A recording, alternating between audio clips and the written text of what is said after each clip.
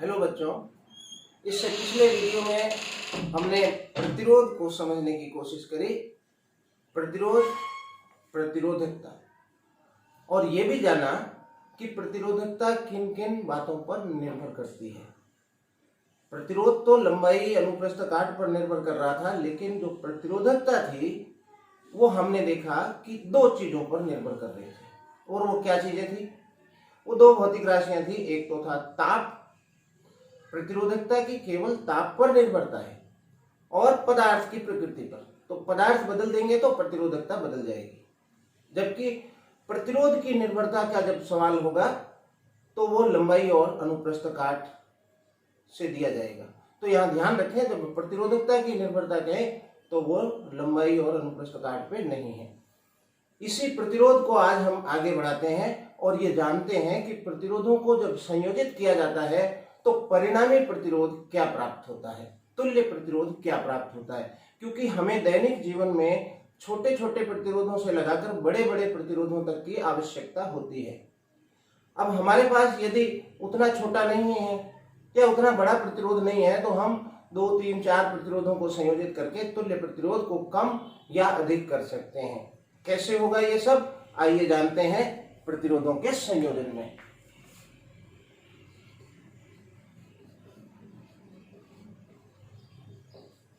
प्रतिरोधों का संयोजन। बच्चों, भिन्न भिन्न मान के प्रतिरोध प्राप्त करने के लिए हमें संयोजन करना होता है। संयोजन दो प्रकार से हो सकते हैं। प्रतिरोधों के संयोजन की जो बात है तो उसमें हम दो प्रकार से प्रतिरोधों को संयोजित कर सकते हैं। तो मैं प्रथम प्रकार ले रहा हूं जो इसका श्रेणी संयोजन है। चलते हैं श्रेणी संयोजन की ओर। श्रेणी संयोजन से क्या तात्पर्य है? श्रेणी का मतलब ही एक सीरीज में है, एक लाइन में है। तो जैसे मान लेते हैं कि हमारे पास ये दो प्रतिरोध हैं या तीन प्रतिरोध हैं, R1, R2 और R3। इन तीनों प्रतिरोधों को श्रेणी संयोजित करना है। तो श्रेणी संयोजित करने का क्या तरीका है कि किसी एक प्रतिरोध के दूसरे सिरे को, ये प्रथम सिरा है, ये दूसरा सिरा है, ये प्रथम सिरा है, ये दूसरा सिरा है,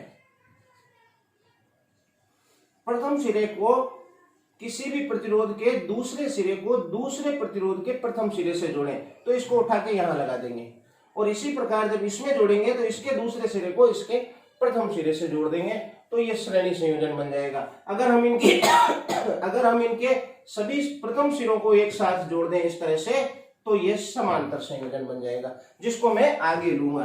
तो पहले चलते हैं, हम इनको श्रेणी क्रम में जोड़ते हैं। तो इस तरह से ये तीन प्रतिरोध मैंने जोड़े, प्रथम, द्वितीय और तृतीय। इनके नाम मैं रख रहा हूं R1, R2 और R3। ये तीन प्रतिरोध श्रेणी क्रम में जुड़ गए। अब इस प्रतिरोध में हमें किसी बैटरी के द्वारा विभवांतर लगाकर धारा प्रवाहित करनी होगी ताकि हम इस संयोजन के गुणों को सीख सकें। श्रेणी संयोजन एक इस तरह का संयोजन होता है जिसमें प्रत्येक प्रतिरोध में प्रवाहित होने वाली धारा समान बनी रहती है। तो अगर बैटरी से धारा निकल रही है I, तो इन तीनों प्रतिरोधों में समान मात्रा में धारा जाएगी। दूसरी चीज, ये प्रतिरोध का ये सिरा, दूसरा सिरा, अब धारा यहां से गई और यहां से प्रतिरोध में एंटर करेगी। ये जो बाकी के वायर हैं ये कनेक्शन वायर हैं जिनका प्रतिरोध शून्य माना जा रहा है।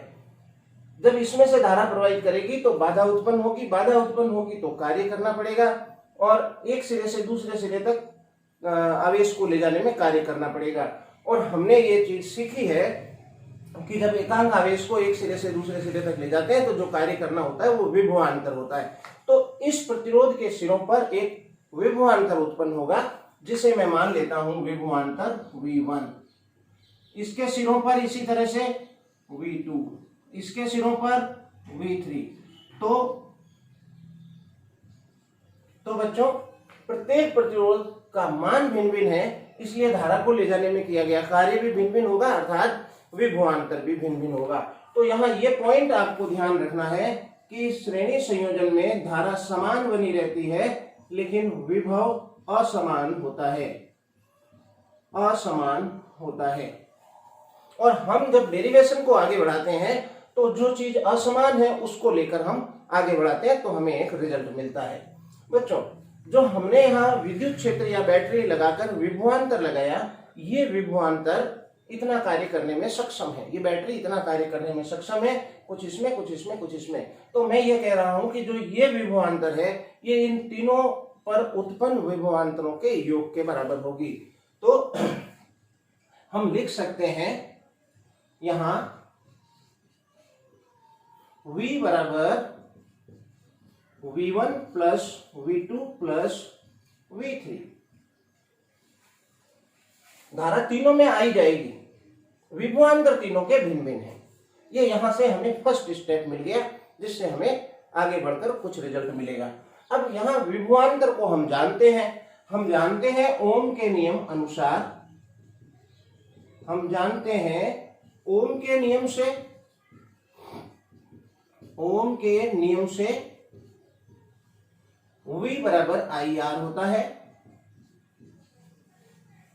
तो प्रथम प्रतिरोध के लिए अगर हम यही ओम का कंसेप्ट लगाएं तो V की जगह हमें V1 लिखना रहेगा, I की जगह हमें I लिखना होगा, R की जगह R1 लेना होगा।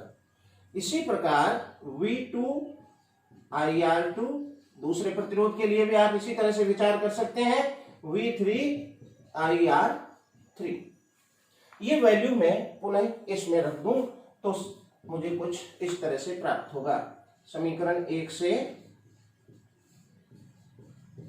V बराबर IR1 IR2 प्लस IR3।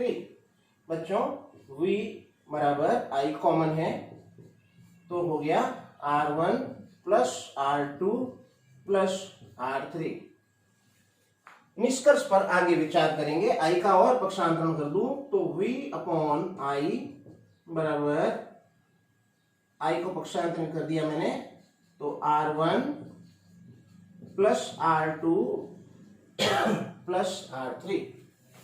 बच्चों, अब यहां थोड़ा विचार करें कि तीन प्रतिरोध हैं, तीनों प्रतिरोधों में धारा समान है श्रेणी क्रम में, और इसलिए यहां इस पर कोई अंतर नहीं होगा कि कोई अन्य प्रतिरोध हो तो भी धारा वही रहेगी। प्रतिरोध के मान से बदलेगी, अगर वैल्यू बदल देंगे तो बदल जाएगी। लेकिन मैं जो कहना चाह रहा हूं वो ये है कि इन तीनों प्रतिरोधों को मैं हटा दूं और तीनों प्रतिरोधों के मान के बराबर एक प्रतिरोध लगा दूं, यानी तीनों प्रतिरोधों के तुल्य एक प्रतिरोध लगा दूं। इसका क्या मतलब है? इसका मतलब है तीनों प्रतिरोधों को हटाकर तीनों की जो जोड़ आएगी श्रेणी संयोजन में, क्योंकि इन तीनों प्रतिरोधों को जब हम जोड़ेंगे R1 R2 R3 को तो कुछ प्रतिरोध आएगा, कुछ मान आएगा, उस मान का प्रतिरोध यहां लगा दूं, ऐसी कल्पना कर रहा हूं। तो क्या होगा?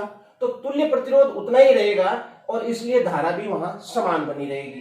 तो मैं यहां एक चीज लिख रहा हूं, यदि तीनों प्रतिरोधों को हटाकर एक प्रतिरोध लगा दें, यदि तीनों प्रतिरोधों को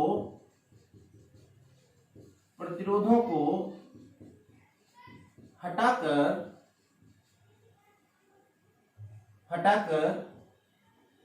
तीनों के तुल्य, तीनों के श्रेणी संयोजन के तुल्य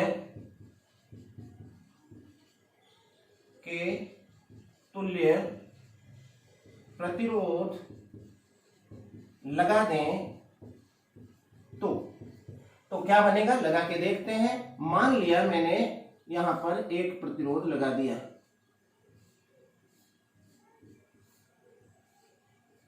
ये प्रतिरोध कितना है? R, तीनों के जोड़ के बराबर। कौन सी जोड़? श्रेणी संयोजन में जितना जुड़ के आना चाहिए, तो इसे मैं लिख रहा हूं R तुल्य। तो टोटल प्रतिरोध नहीं बदला, इसलिए धारा नहीं बदलेगी, क्योंकि किसी बैटरी से कितनी धारा निकलेगी इसका निर्धारण उस परिपथ का तुल्य प्रतिरोध करता है। तो तुल्य प्रतिरोध इतना ही है, इसलिए यहाँ धारा I बनी रहेगी, लगाया गया विभवांतर V है।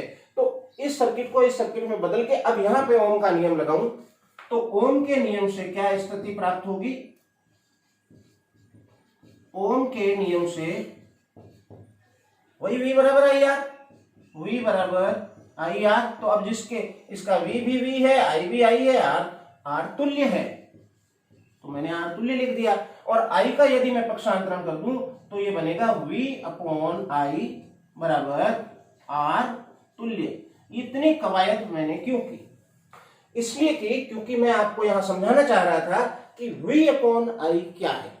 हालांकि आप ओम के नियम से कह देते ये R है, लेकिन कैसा R है? R तो यहाँ 3 दिए वो ले लिए, लेकिन ये जो R है प्रतिरोध है, ये श्रेणी संयोजन का तुल्य प्रतिरोध है। तो मैं इस समीकरण को पुनः चेंज कर देता हूं, तो यहां लिख रहा हूं मैं समीकरण 2 से, समीकरण 2 से R तुल्य बराबर R1 plus R2 plus R3। बच्चों अगर ये हमने 3 प्रतिरोध लेकर ये डेरिवेशन को किया, यदि n प्रतिरोध हो तो 10, 20, 100, तो यदि n प्रतिरोध श्रेणी संयोजन में हो, श्रेणी संयोजन में हो तो क्या स्थिति बनेगी? R तुल्य बराबर R1 plus R2 plus dot dot dot जितने भी प्रतिरोध है उन प्रतिरोधों को हम लिख देंगे। तो यह है कि श्रेणी संयोजन में जब प्रतिरोधों को जोड़ा जाता है तो उनका तुल्य प्रतिरोध कितना प्राप्त होता है, उसके लिए हमारे पास एक फॉर्मूला प्राप्त हो गया जो बिल्कुल सिंपल है, सामान्य योग होती है। बच्चों इसको हम भाषा में व्यक्त करेंगे तो क्या बनेगा कि किसी श्रेणी संयोजन का तुल्य प्रतिरोध पृथक पृथक प्रतिरोधों के सामान्य योग के बराबर होता है, सिंपल योग होती है। यह है श्रेणी संयोजन। आप इस वीडियो को पॉज करें, आशा कर रहा हूं समझ में आ रहा होगा, और पॉज करें और इसे नोट कर लें।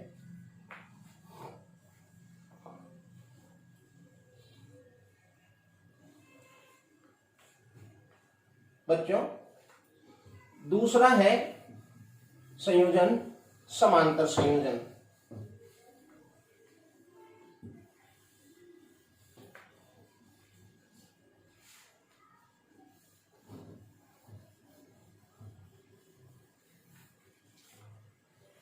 ये पढ़ा रखता हूं शायद काम आ जाए। दूसरा है समांतर संयोजन। अब समांतर संयोजन क्या है, इसका मैंने आपको थोड़ी सी झलक दी थी कि सभी प्रतिरोधों के, यदि सभी प्रतिरोधों के प्रथम सिरों को एक साथ जोड़ दिया जाए, इस तरह से प्रथम सिरों को हमने एक साथ जोड़ दिया,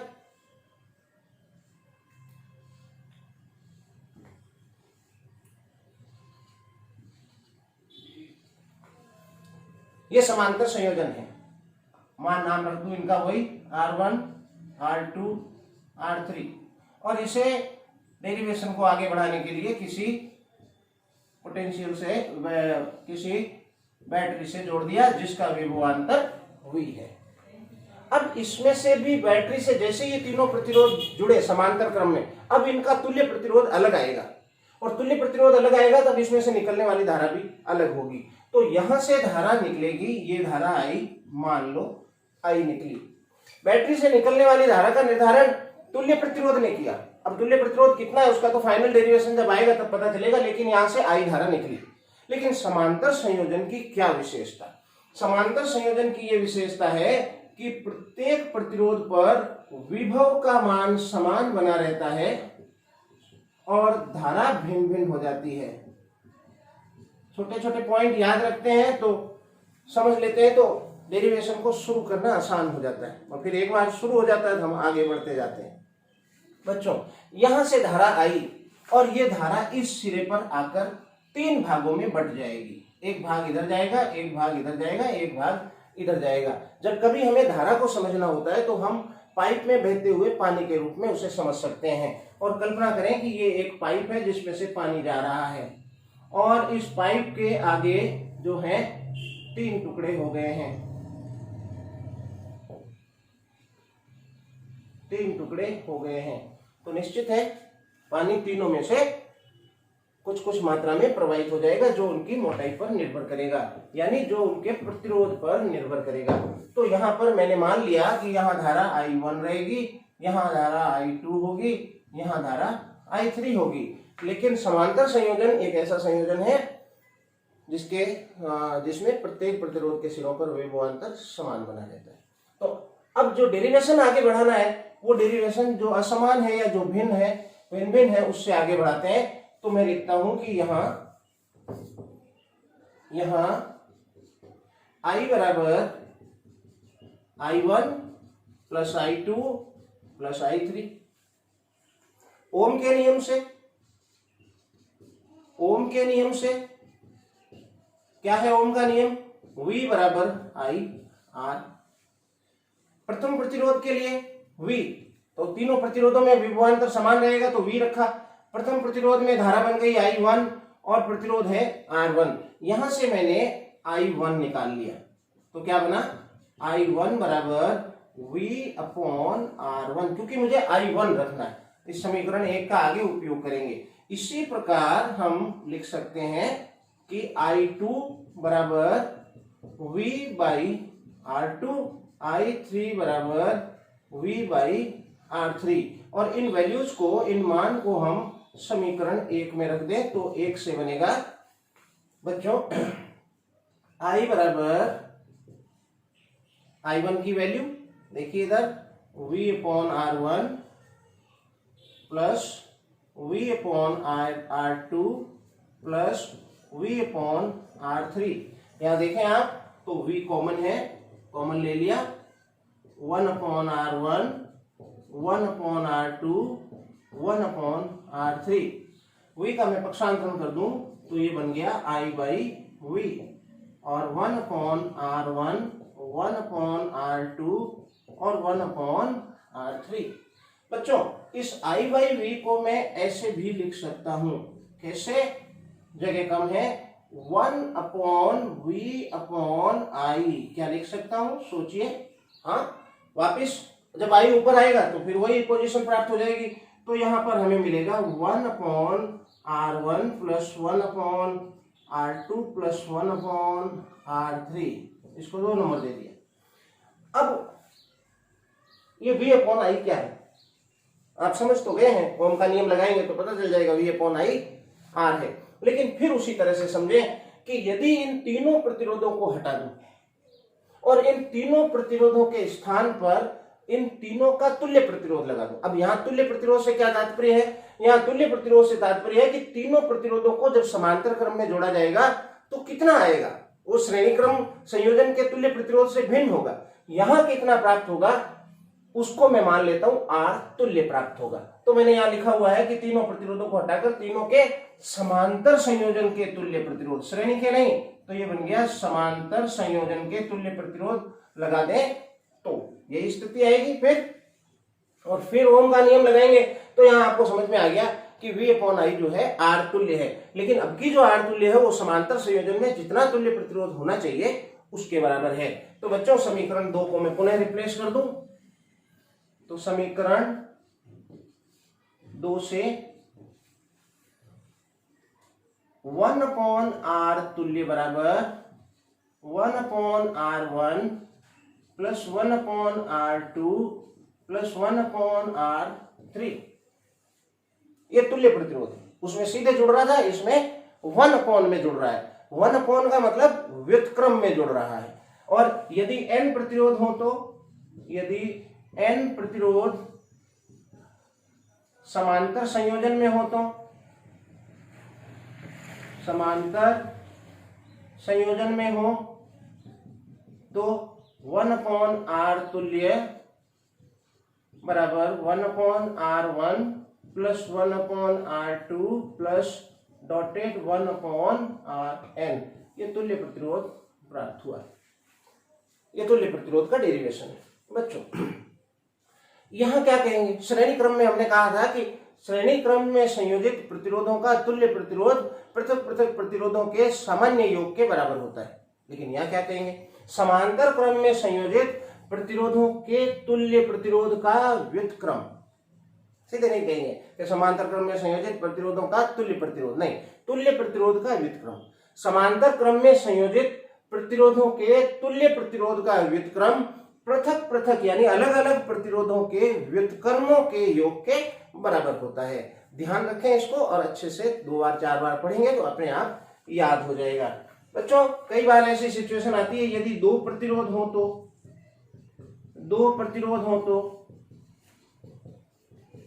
तो क्या बनेगा, 1/R तुल्य बराबर 1/R1 प्लस 1/R2। ऐसे पे एलसीएम ले लो, R1 R2 एलसीएम ले लो, मानता हूं कि आपको आता होगा। तो ये 1/R तुल्य है, अगर पलट दो इसको तो R तुल्य बराबर R1 R2 upon R1 plus R2 होगा। यानी जब 2 प्रतिरोध लगाने हैं तो आप डायरेक्ट इसको काम में ले सकते हैं यदि याद रहे तो, नहीं तो ऐसे भी कर सकते हैं। आपकी बुक में ये चीज दी हुई है और मैं आपकी बुक को ही फॉलो करके उतना ही दे रहा हूं जितना इस बुक में है, जो कि आपकी 10th की राजस्थान बोर्ड आरबीएससी के सिलेबस में है। तो यह था बच्चों प्रतिरोधों का संयोजन, जिसमें आपने सीखा कि प्रतिरोधों को श्रेणी और समांतर संयोजन में कैसे जोड़ते हैं। अब चलिए इस पे कुछ हम एग्जाम्पल्स देख लेते हैं ताकि कुछ आपको जो है न्यूमेरिकल करने में आसानी हो। वीडियो को पॉज करें और इसको नोट करें।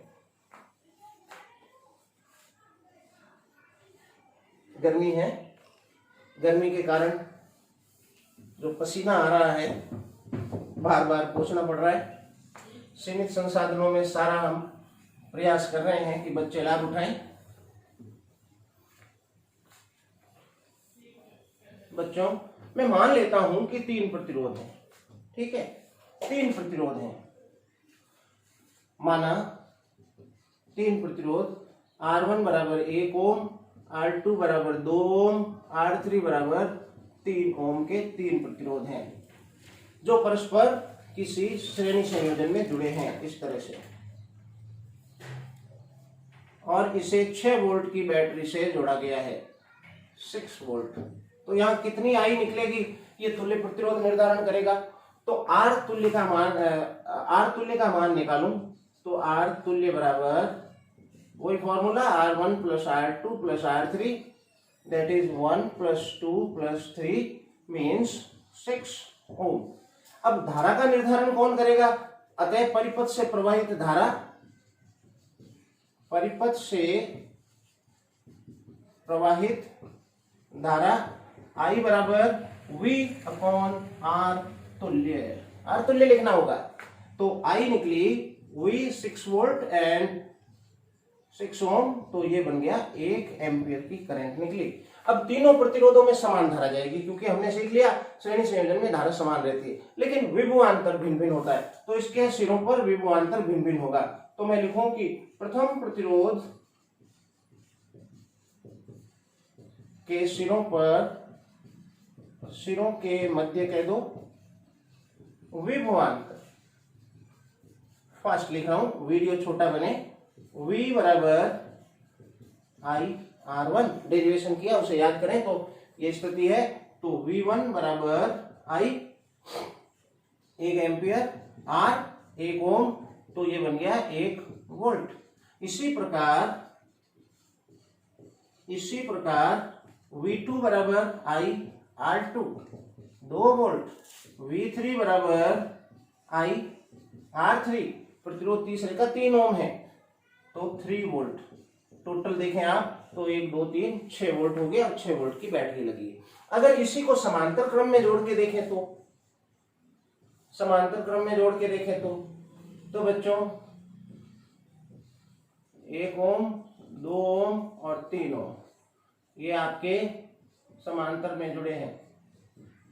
फिर इसमें आपने 6 वोल्ट की बैटरी लगा दी तो क्या होगा, तो धारा तो यहां से निकलेगी, उसका निर्धारण तुल्य प्रतिरोध करेगा। तो आर तुल्य निकालें, तो 1/R तुल्य बराबर 1/R1, पहले सूत्र लिख दें, R3, तो ये बन गया 1/, मैं जगह कम है इसलिए यहाँ पे काम में ले रहा हूँ, 1/1, 1/2, 1/3, एलसीएम लेना आप जान रहे हैं, तो 6 + 3 + 2, तो ये बन गया बराबर आपके आ गया 1/R तुल्य बराबर 11/6। अब पलटिए इसको ताकि तुल्य प्रतिरोध मिल सके, तो R तुल्य बराबर 6/11 ओम। आप थोड़ा सा एक पॉइंट नोट करें, क्या कि जब हमने श्रेणी क्रम में जोड़ा था तो हमें तुल्य प्रतिरोध 6 ओम मिला था, जो कि इन तीनों ही प्रतिरोधों से अधिक था। लेकिन समांतर क्रम पे विचार करें तो हमें 6/11 ओम मिला है, जो कि तीनों ही प्रतिरोधों से आप देखें कम है। तो समांतर संयोजन जब हम करते हैं तो प्रतिरोधों के मान में कमी हो जाती है, घट जाता है, और इसलिए प्रतिरोध घटाना होता है तो हम समांतर संयोजन का प्रयोग करते हैं, और बढ़ाना होता है तो हम श्रेणी संयोजन का उपयोग करते हैं। बच्चों, तो इसमें से कितनी धारा निकलेगी? अतः परिपथ से प्रवाहित धारा, परिपथ से प्रवाहित धारा I बराबर V अपॉन वही फॉर्मूला R तुल्य, तो ये बन गया I बराबर V कितना है 6 वोल्ट, R कितना है 6/11, पलट दें तो ये बन गया 6 × 11/6, यानी 11 एम्पियर की धारा प्रवाहित होगी। सिचुएशन सेम है, लेकिन दोनों में हमने श्रेणी और समांतर का अंतर किया है तो धारा बदल गई, इसमें एक, इसमें उसमें धारा बढ़ गई। बच्चों, अब तीनों प्रतिरोधों में धारा भिन्न भिन्न आएगी। इसमें धारा समान थी, विभवांतर भिन्न भिन्न था, इसलिए हमने भिन्न भिन्न विभवांतर निकाले। क्योंकि इसमें तीनों पे विभवांतर समान है, अगर पूछे तो लिख देना तीनों पे विभवांतर समान है, लेकिन धाराएं भिन्न भिन्न है, तो हम निकालेंगे प्रथम प्रतिरोध में प्रवाहित धारा, प्रथम प्रतिरोध में प्रवाहित धारा I बराबर V/R1। अब यहां हम देखो, यहां पर V/R तुल्य लिया था क्योंकि परिणामी धारा जो इससे निकल रही है उसको निकालना था। अब प्रथम में निकालना है तो R1 लिया है, तो V तो वही है, कितना 6 वोल्ट अपॉन R कितना है 1 ओम, तो धारा बन गई 6 एम्पियर। इसी प्रकार I2 बराबर V/R2, V6 and R2 2 ohm, and therefore it is 3 ampere। I3 बराबर V/R3, that is 6/3, मतलब 2 एम्पियर। फिर आप इसकी जोड़ करके देखें तो आपको पता चलेगा कि धारा टोटल 11 एम्पियर है, यानी जो यहाँ पर 11 एम्पियर की धारा आई, ये इस बिंदु पर आकर 3 भागों में बट गई। तो 3 भागों में जो बटी उसका निर्धारण किसने किया, कितनी कितनी बटेगी, इसका निर्धारण किसने किया? इसका निर्धारण तीनों प्रतिरोधों ने किया। तो बच्चों, ये था आज श्रेणी समांतर संयोजन किस तरह से करते हैं, उनमें तुल्य प्रतिरोध कितना प्राप्त होता है, धारा और विभवांतर कैसे कैसे प्राप्त होता है। आशा कर रहा हूं आपने चीजें सीखी होगी। बार बार पॉज करके देखें, बार बार रोक के दोबारा रिपीट करके देखें। फिर भी कोई प्रश्न हो तो मुझसे संपर्क करें। आज इतना ही, और अगले वीडियो में मैं फिर आपसे मिलूंगा। तब तक के लिए धन्यवाद। Thank you.